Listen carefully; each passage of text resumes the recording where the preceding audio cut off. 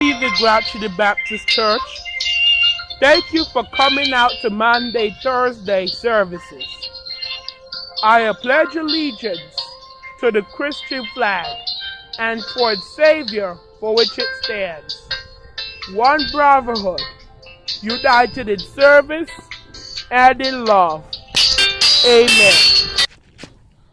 Thank you, and now please wait for the pulpit.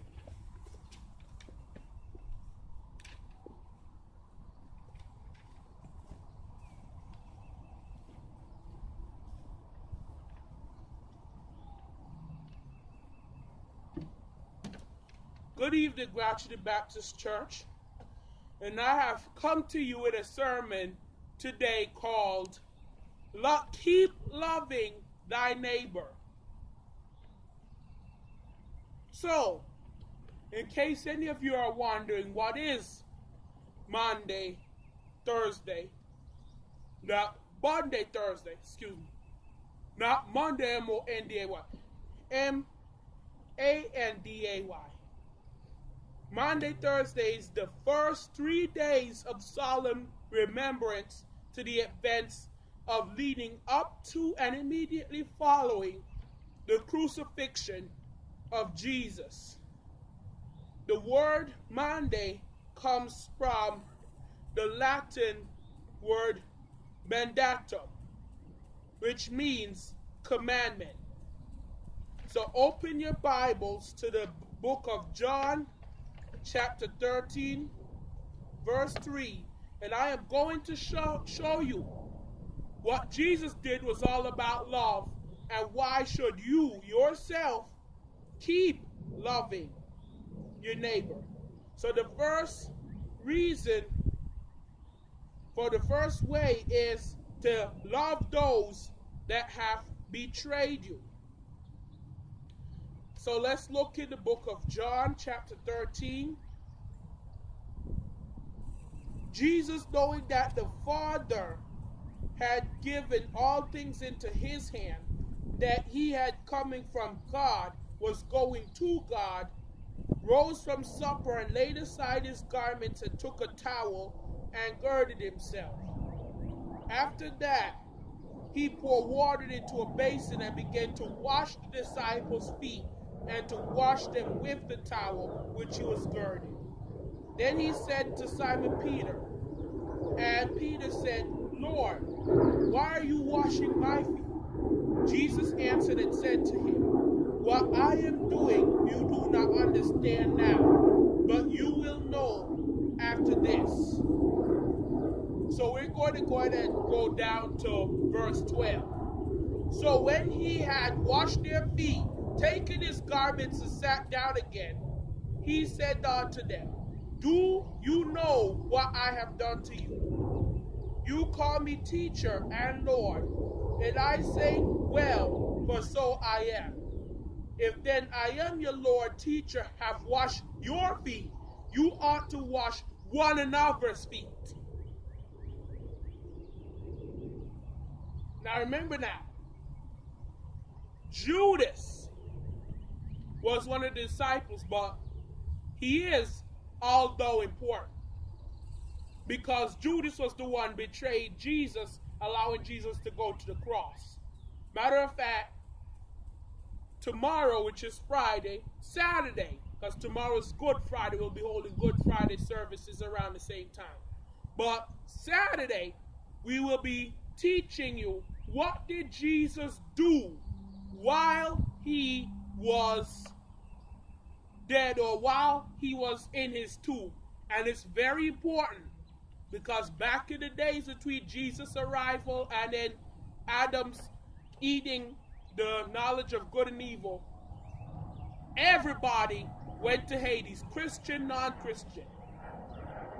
We will see tomorrow or Saturday how to put a stop to that.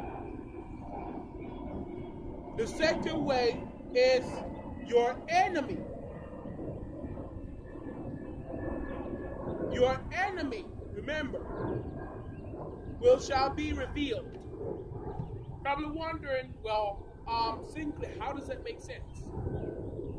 Sometimes love calls people out.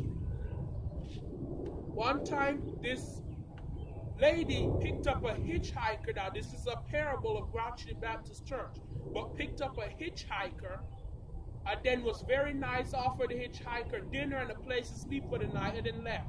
The hitchhiker called back a few days later saying, "You better thank God that you were a very nice person, because the hitchhiker was planning to beat her and kill her." But the kindness of it all took him out of that state. So sometimes, most of the time, it helps more to love somebody through their wrongdoing or their intended wrongdoing than to actually go and hate them for it.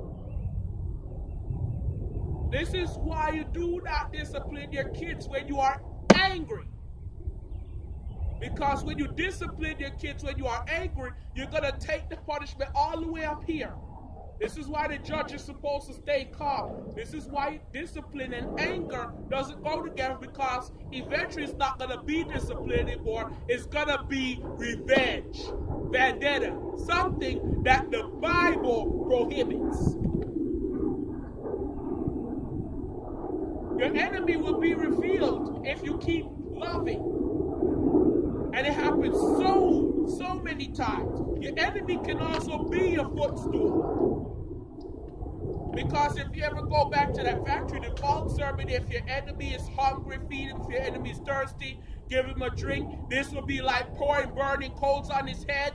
Doing this will result in the enemy to express unnecessary amounts of sorrow for his crimes.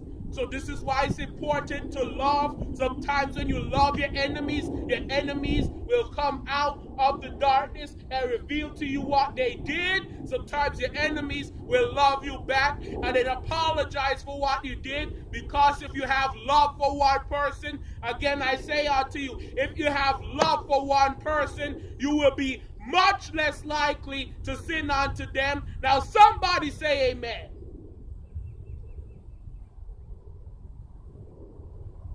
But here's the last point.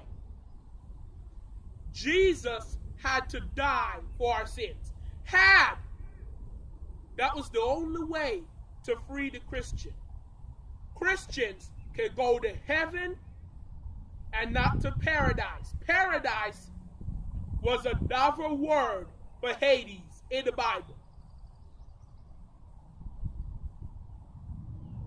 I'll tell you more Saturday. But let's go down to the new commandment. So when he had gone out, Jesus said, "Now the Son of Man is glorified, and God is glorified in him. If God is glorified in him, God will also glorify him in himself and glorify him immediately. Little children, I shall be with you a while longer. You will seek me, and I say to the Jews, where I am, you cannot come. Now I say to you, a new commandment is given unto you. Love one another as I have loved you. By this we all know that you are my disciples, if you have love for one another."